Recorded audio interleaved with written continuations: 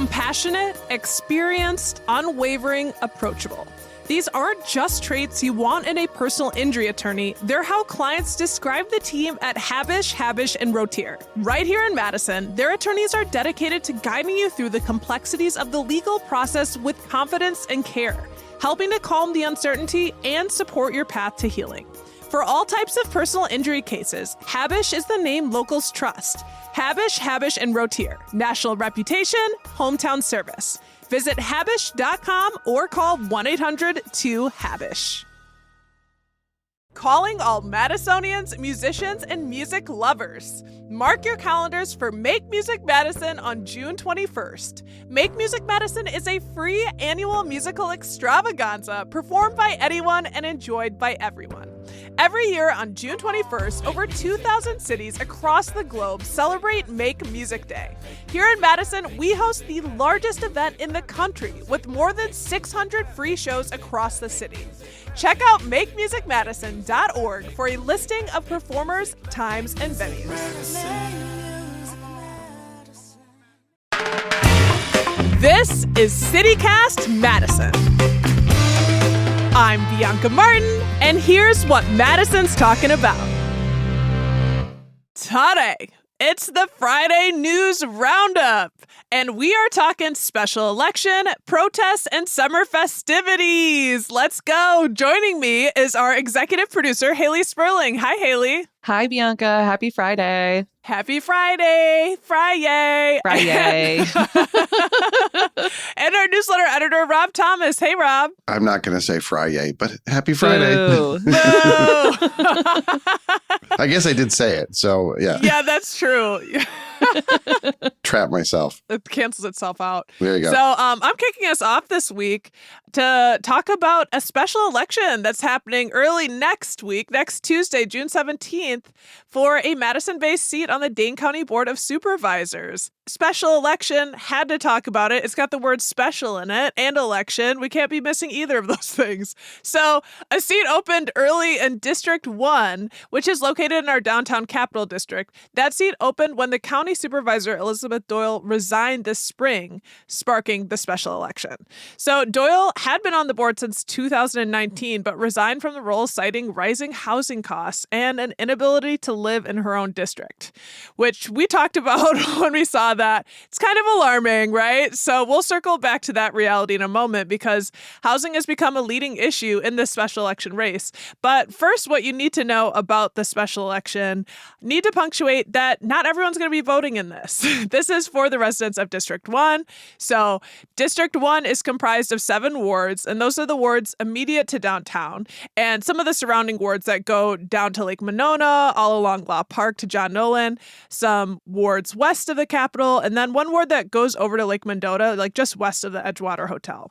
If you don't know if you're in District 1, that's totally cool. We'll link to the city's information page that has a district map. If you don't live downtown, like most of us, it's still a pretty important county district that impacts all of Madison, right? So considering how significant the goings-on in and around the Capital Business and Culture District is, we care. So who's in the race? We've got 2 candidates. Adrian Lampron, who is a law office manager with some local political campaign background, including campaigning for Senator Tammy Baldwin, and Colin Baruchak, who is a legislative assistant for a Democratic state senator, and he holds the title as vice chair of the Democratic Party of Dane County and vice president of Capital Neighborhoods, Inc. So yeah, it looks like they both got big name endorsements. Lampron has the endorsement of the outgoing supervisor, Liz Doyle, and state representative Francesca Hong. So some downtowners there. Baruchak has longtime former legislator Fred Risser, former Madison City Council President Sherry Carter, among others. They both have plenty of endorsements. So it seems like both of them are putting the priority on accessible housing. If you look at their pages to see like what differentiates them, they're both putting that first. So that's a big issue. Lampron's also really big on environmental stewardship, focusing on transit and public health access as priorities. Baruchak, in addition to focusing on housing, is really putting forward focusing on robust public aid for legal services. also environmental protection and increasing the social safety net. His focus is really around civil rights and basically other progressive policies. So, as normal, they've got a lot of similar priorities, but I do recommend you check out those pages because you can learn more about them there. And I just want to turn it to the group.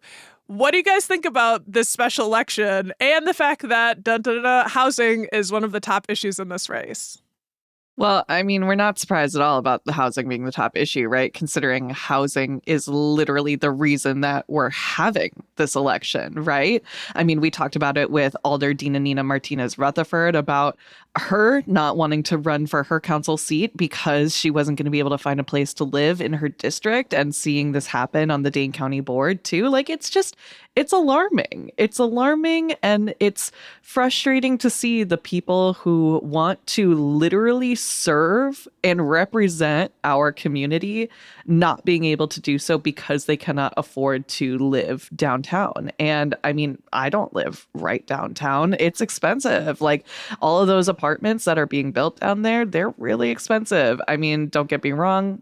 All of this new housing, it's good housing. We need the inventory. But I can understand that this is going to price people out because, you know, it's not a moneymaker to be a civil servant. It's more of a goodwill type of thing. So, yeah, or at least in the local sphere. Especially in the local sphere. But I mean, even our state representatives, you know, like they're not making a bunch of money. Like, they're not pulling it in. So. Right. It's encouraging to see these candidates who are bringing housing forward as a top issue here. And, you know, I think no matter who wins, I'm excited to see some new faces on the Dane County board. And they're both relatively young candidates, too, it seems like. I'm also curious to see, you know, what turnout's going to be like. It's a special election in one district in Madison. Like, I can very much see the results of this election coming down to single-digit vote numbers. So if you're listening and if you live downtown, go vote. It's going to be a good one. Yeah. Well, Madison loves to vote. So I'm sure this is just like a summer bonus to people in District 1, right? To get to go out and vote. And yeah, you're right. I mean, we're lucky to have two candidates who can both afford to live in that district and are also very young and very mindful of what is going on in terms of affordable housing, which affects all kinds of other issues that aren't directly involving housing, which you just mentioned, Bianca. So it'll be interesting to see. Yeah. All right. Well, so we've got people who want to be in the government, and we've got lots of people who want to protest the government. We're going to talk about our First Amendment rights here in a moment, and your right to petition your government. Before we dive into that news, let's take a quick break.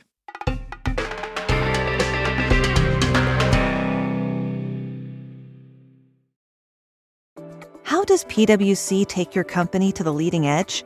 They bring the sharpest minds in tech to your team so you can bring the ideas that will transform your business.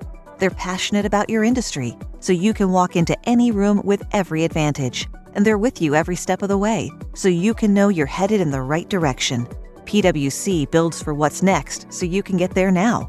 Get started at pwc.com/us/leading edge.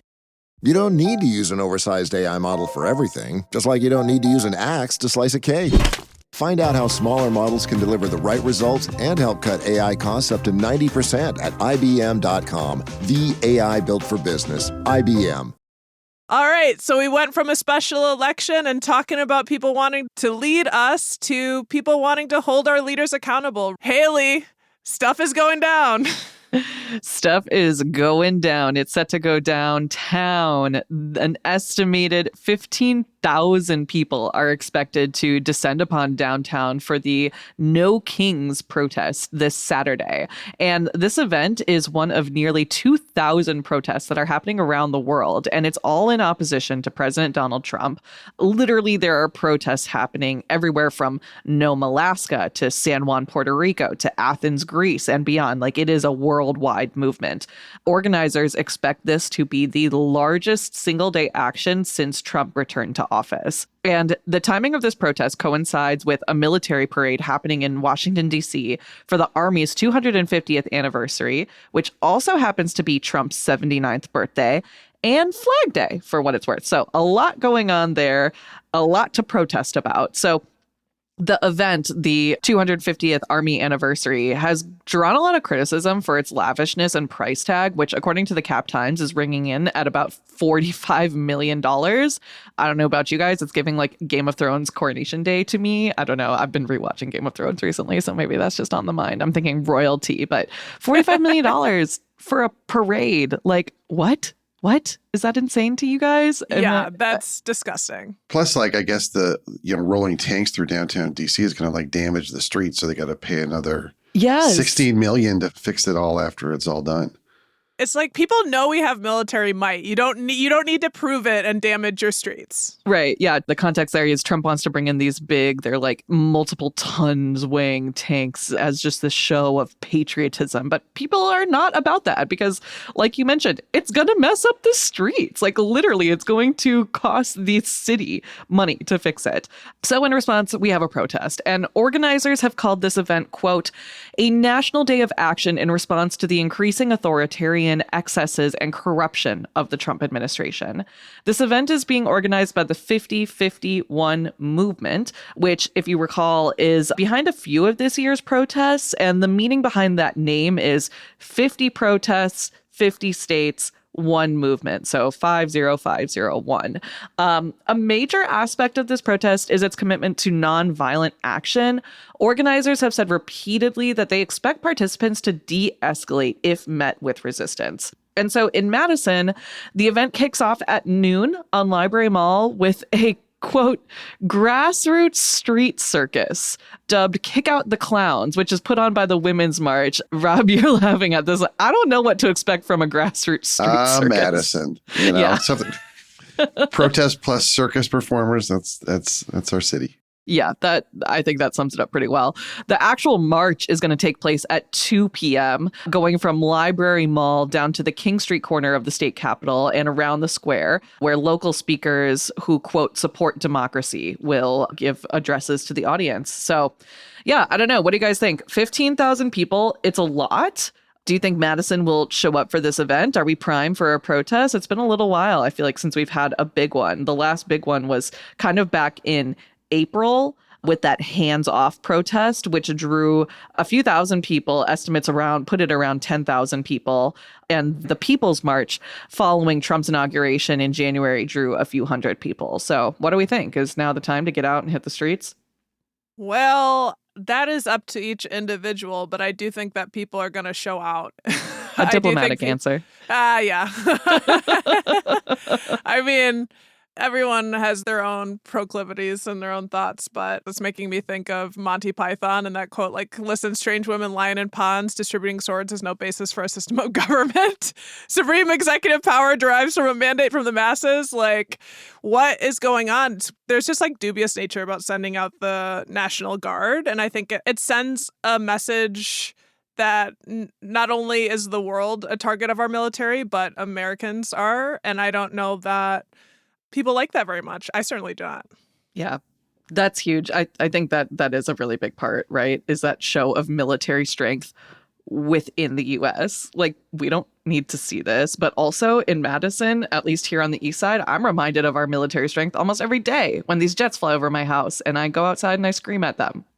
Yeah, I think people have been watching the protests in Los Angeles and really all across the country against ICE in the past week. And I think they're really primed to get out and peacefully, make their voices heard. So I would have no trouble imagining they're going to hit 15,000 this weekend.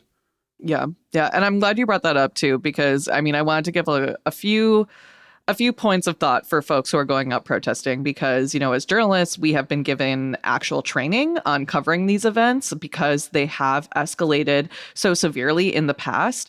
And as you mentioned, Rob and Bianca, tensions have been high across the nation. And it's important to keep that context in mind when hitting the streets. In LA, in New York, in Minneapolis, we've seen police engage in violence against protesters and media And even though the 50-51 movement encourages folks to de-escalate, we know that it really only takes one person to change the tides of the day. So, keep this in mind when you are out. Keep safety top of mind. Tell a friend where you're going. Make sure that you know your phone numbers in case that you need to get in contact with people later in the day. Be mindful of an escape route if needed. If tear gas comes out, where are you going to go? Wearing a mask is never a bad idea. One, COVID is in the air. It hasn't left us. And also, it confuses surveillance videos because, mind you, we do live in a surveillance state, not to be conspiratorial about it. But, it's never a bad idea to mask up, especially in a large group of people. And remember, too, that police need a warrant to search your phone. There are a lot of really great tips for protesters online. The ACLU has a whole Know Your Rights page, so we'll be sure to link to that because it's so important for people to express their First Amendment freedoms, but do it safely and do it with these contexts in mind. Be safe out there, y'all. Be safe. All right, we're talking about the masses coming out for protesting. We're going to see masses coming out this weekend for huge events that happen in Madison. We're going to get into it. But before we do that, let's take a quick break.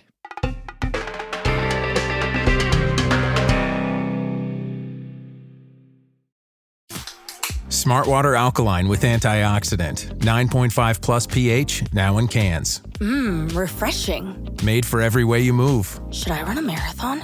Let's start with finishing that water. Smartwater Alkaline with antioxidant, now in a sleek can. For those with a taste for taste. Grab yours today. Are you still quoting 30-year-old movies? Have you said cool beans in the past 90 days? Do you think Discover isn't widely accepted? If this sounds like you, you're stuck in the past. Discover is accepted at 99% of places that take credit cards nationwide. And every time you make a purchase with your card, you automatically earn cash back. Welcome to the now. It pays to discover. Learn more at discover.com/credit card, based on the February 2024 Nielsen report. All righty. Let's talk about some fun. It's like a pretty fun weekend, so we have to talk about what's happening this weekend, Rob. Yeah, this is like one of those summer weekends that happen just where like everything seems to be happening at the same time, like everything everywhere all at once. And the hard part is just trying to figure out what to do. So you've already got the Dane County Farmers Market on the square on Saturday, like always. And then, as you mentioned, Haley, there's the No Kings protest on Saturday afternoon, which will go from one end of State Street to the other. So that's already a lot of people downtown. It's also the big finale for the Madison Jazz Festival, which will take over the UW Memorial Union Terrace Saturday and Sunday. It'll feature, 10 free performances all day, both days, emceed by our own Bianca Martin. So, and I'll be there. Yeah. And you got Saturday's headliners, Isaiah Collier. Sunday's headline is Arturo O'Farrell, who had a wonderful interview on the podcast with you, Bianca, earlier this week. I highly recommend people go back and listen. Like, you will go see jazz this weekend if you listen to that interview. You almost won't be able to hold yourself back. It's so great. I'm not a jazz person, and listening to that interview, I was like, maybe I am. Yeah. Maybe you are. Am I a secret jazz bow? That was my real goal, is to get you guys. But I knew it was going to impact others. Yeah, it was great. I really enjoyed it. Yeah. And then speaking of festivals, it's also kind of the start of the East Side Neighborhood Festival season with the Marquette Waterfront Festival taking place Saturday and Sunday at Yahara Place Park on the shores of Lake Mendota, which is a really fun event. It really kind of embodies the quirkiness of that neighborhood. They'll have 2 stages of live music going both days, and the lineup pretty much screams eclectic. Like, the headliner on Saturday is this Japanese pop star, Yuma Abe. And this is his first show, not just in Madison, not just in Wisconsin, but east of the Mississippi at all. So, and he's playing this little park on Lake Mendota, which is very cool. And then Sunday, the son of Rick Nielsen of Cheap Trick, Miles Nielsen, will be there with his band, the Rusted Hearts. And you've got local favorites all day, like the Kissers, Harmonious Whale, and the Sean Michael Dargan Band. Sean's a fan of the podcast and newsletter. He won Where Is It this week, so I had to give him a shout out. Heck yeah. One of our OGs here. I love that. That's yeah. a fun fact. Yeah. And then, Saturday, there's like the Dandelion Dash at the festival where all the little kids just run like crazy, completely adorable. And then the adults get their turn on Sunday with the Fool's Flotilla, which we've talked about before, where people decorate all these crazy vessels and go floating down the Yahara River. I mean, it's really, like, I know we're in mid-June, but like summer is really happening, I think, when Marquette gets going. And so like that seems like enough. But then this weekend is also the grand opening for the Atwood Music Hall on Winnebago, which we've talked about on the podcast before. And the owners, I think, have very smartly had a very Madison-centric week of shows to kind of launch things and kind of show that they want to be a space that doesn't just book out-of-town bands and stuff, but also is really connected to the community around them. And so tonight starts with a benefit for WORT that's a tribute to the late drummer Clyde Stubblefield. Of course, was an institution on Madison's music scene for decades, and a lot of local funk and soul bands will be playing. Did you ever catch Clyde, Rob? I did. Yeah, I saw Wow. him at because he used to just play like Monday nights at the high noon, and like he would play festivals around town, would play Taste of Madison. I think I saw him at once, and like here's like one of the greatest drummers alive. And I interviewed him once, I think, and he was one of those guys, I think, who was a genius and loved sort of like mentoring others in the Madison community. And I know did not really get his due, I think, while he was alive. Certainly did not get his money, considering how many people sampled him. And so he was always fighting for that very justifiably. But yeah, it was really wonderful to have like this legend living among us, just like another guy with a drum set. So yeah, it was very cool. It's awesome. Yeah. And then, so Saturday, I mean, another Madison legend was Chris Farley, of course, the SNL star and movie star. And his brother Kevin will be at the Atwood Music Hall talking about his new graphic novel, which is about the Farley family growing up in Madison. And so that'll, I think, it'll be really interesting, a very sort of intimate, but probably, I think, very funny look at their stories about the family growing up. And then Sunday, Atwood Music Hall is hosting the Madison Area Music Awards, which is like this great institution in town, which like not only does it honor a lot of great musicians, but those award shows are always like these fantastic local music showcases, because each band will usually get to play one or two songs. So like if you're looking for great new local music, like it's a great one-stop shop to be seeing all these great musicians in like every genre imaginable. So I highly recommend that. And that's really cool that Atwood's going to be the new home for that. So that's a lot. There's also a lot of Pride events going this weekend. Like there's the Big Game Market is this weekend. Ooh, I love the Big Game Market. Yes, it's so fun. Yeah, there's that. The Mallards are playing every day this weekend at the Duck Pond. Sunday's Father's Day. And so like, if you want to do something with your dad, like there's so many options to take him out. You know, he probably has enough ties.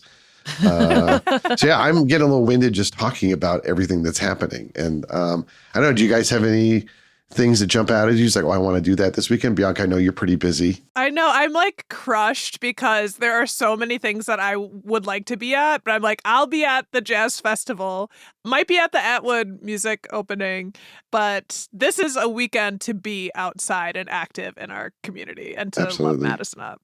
It is. Yeah. I think those Atwood shows, I think all have tickets still available. I think they may have opened up some, because I think initially like the Friday show seemed sold out, but when I went on their website, they're still selling tickets. So, and we love to see it. We love to see people supporting our brand new local institutions and supporting local music with their dollars. So that's awesome to see. I think for me, I just said it. I love the Big Gay Market. I love to go and give my money to the gays. Heck yeah.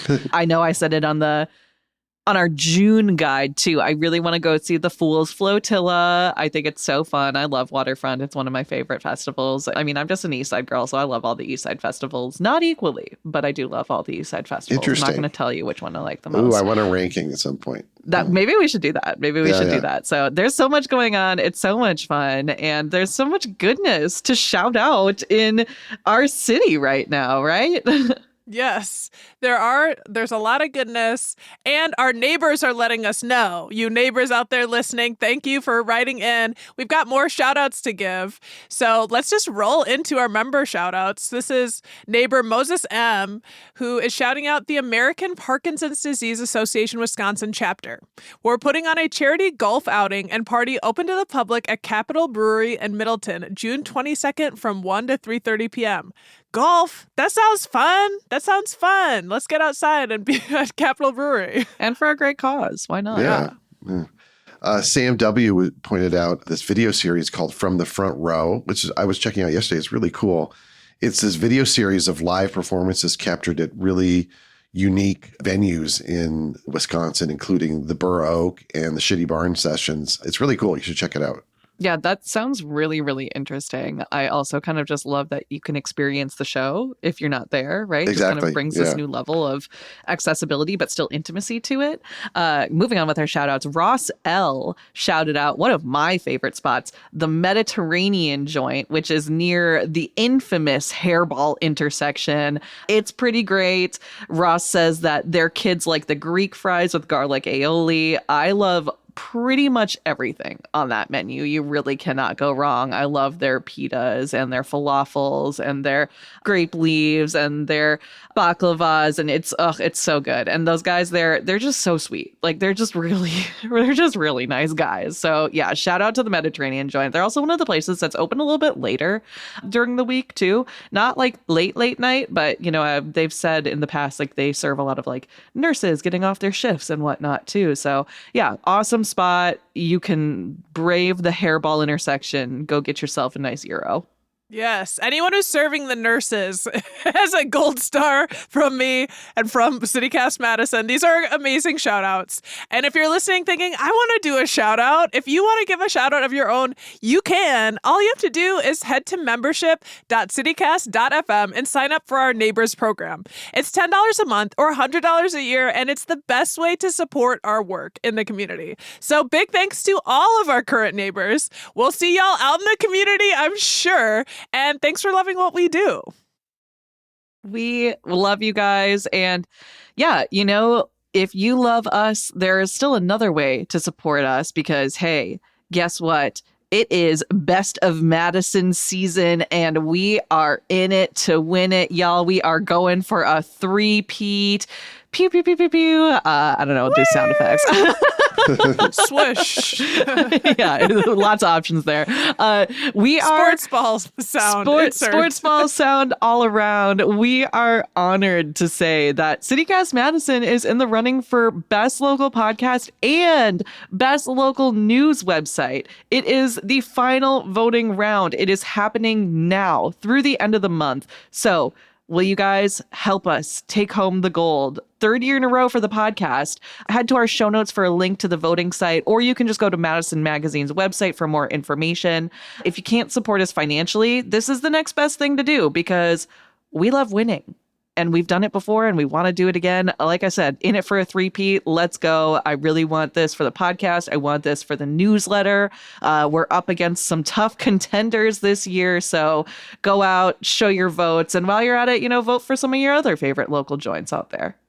100%. There's so many great categories to vote on.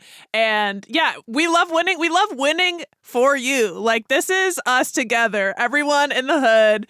Thank you. And please do go vote.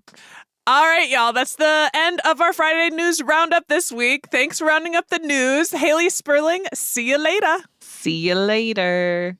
And Rob Thomas, thanks so much. Happy Friday. He said it. I did it. Yay! Felt good. Felt good.